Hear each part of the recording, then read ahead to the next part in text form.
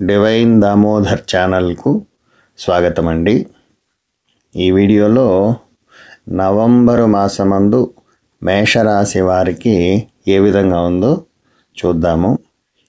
మేషరాశి వారికి విద్య, ఉద్యోగము, ఆదాయము, కుటుంబంలో సంతోషకర విషయాలు ఏదైనా ఉన్నాయా, ఆరోగ్య విషయం ఏ విధంగా ఉంది, వారి యొక్క అదృష్టం ఎలా ఉంది, నికృష్ట పరిస్థితులు ఏ విధంగా ఉన్నాయి అనే విషయం పైన ఈరోజు మనం పరిశీలిద్దాము.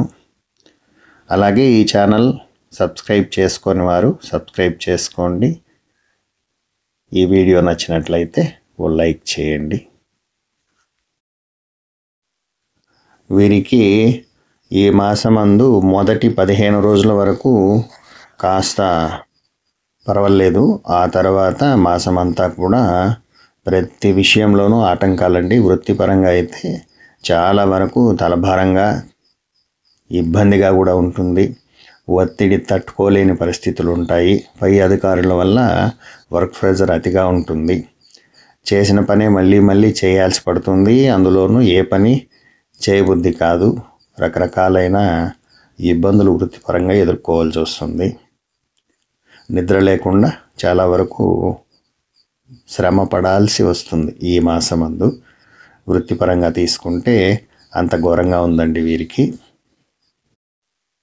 ఏ విషయంలో తీసుకున్నా గొడవలు గ్యారంటీగా జరుగుతుందండి. గొడవలతో చాలా వరకు ఇబ్బంది పడతారు. చిన్న మాట కూడా పెద్దగా తీసుకొని దాన్ని గొడవగా సృష్టించుకునేటువంటి అవకాశాలు ఉంది. విపరీతమైన అడ్డంకులు ఉంటుంది. మీరు కుటుంబ విషయాల్లో ఏదైనా సొంత పనులు చేసుకోవాలంటే కూడా ఏదో ఒక అడ్డంకంతో మీకు ఆ పనులు వాయిదా పడుతూనే ఉంటుంది. సమయం దొరకదు, చిరాకు. మిమ్మల్ని ఎవరైనా మంచిగా పలకరించినా కానీ వారితో గొడవ పడాలనే మనస్తత్వం వచ్చేస్తుందండి ఈ మాసం. ఆ విషయాల్లో కాస్త జాగ్రత్తగా ఉండాలి. అయితే ఈ మాసము మొదటి 2 వారాలు కుటుంబంలో అయితే కాస్త ఆనందంగా గడిపేటువంటి అవకాశాలు ఉందండి. తర్వాత 15 రోజులు మాత్రం కుటుంబంలో కూడా అలజడిగానే ఉంటుంది. ఇది గుర్తుంచుకోండి. ముఖ్యంగా వీరు తీసుకోవాల్సినటువంటి జాగ్రత్తలండి. ప్రమాదము పొంచి ఉంది ప్రతి విషయంలోనూ. అంటే ప్రయాణము ప్రతి అడుగు చాలా జాగ్రత్తగా వేయాలి మీరు. ప్రయాణం అందు చాలా వరకు నష్టాలు కనిపిస్తున్నాయి, ప్రమాదాలు కనిపిస్తున్నాయి. దొంగల వల్ల కాస్త ఇబ్బంది కూడా కనిపిస్తూ ఉంది. ఈ విషయాల్లో చాలా వరకు జాగ్రత్త పడాలి మీరు. ప్రయాణము, అందులో ప్రమాదం, ఈ విషయాన్ని బుర్రకెక్కించుకోండి. రాత్రిపూట ప్రయాణాలు మానుకోండి. అత్యవసరం అంటే తప్ప రాత్రుల్లో ప్రయాణాలు చేయకండి. ఇక కుటుంబ విషయాల్లో కాస్త ఇబ్బంది ఉన్నా కానీ మీరు ప్రశాంతంగా ఉంటే, మీ నోటికి పని చెప్పకుండా ప్రశాంతంగా ఉంటే ఆ గొడవల విషయంలో సానుకూలంగా జరిగిపోతుందండి. ఆరోగ్య విషయంలో వస్తే మొత్తం మాసమంతా ఆరోగ్యం కాస్త నిలకడగానే కనిపిస్తూ ఉంది.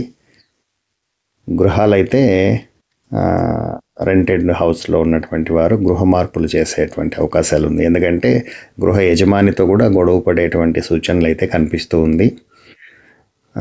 అడుగడుగున అగౌరవపడేటువంటి సంఘటనలు ఎదురవుతాయి మీకు.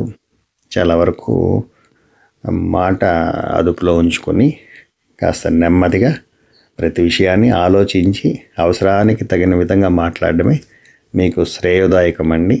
కాబట్టి ఈ మాసమందు ఈ మేషరాశి వారు చాలా వరకు జాగ్రత్తగా ఉంటూ వీలైతే సుబ్రహ్మణ్య ఆరాధన కానీ లేదా ముద్దపప్పుతో దీపాన్ని వెలిగించడం కానీ చేయండి.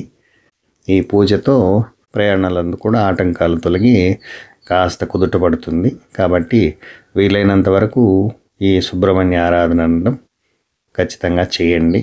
ప్రతి ఒక్కరూ సుఖ సంతోషాలతో ఉండండి. సర్వే జన సుఖినో భవంతు. నమస్కారం.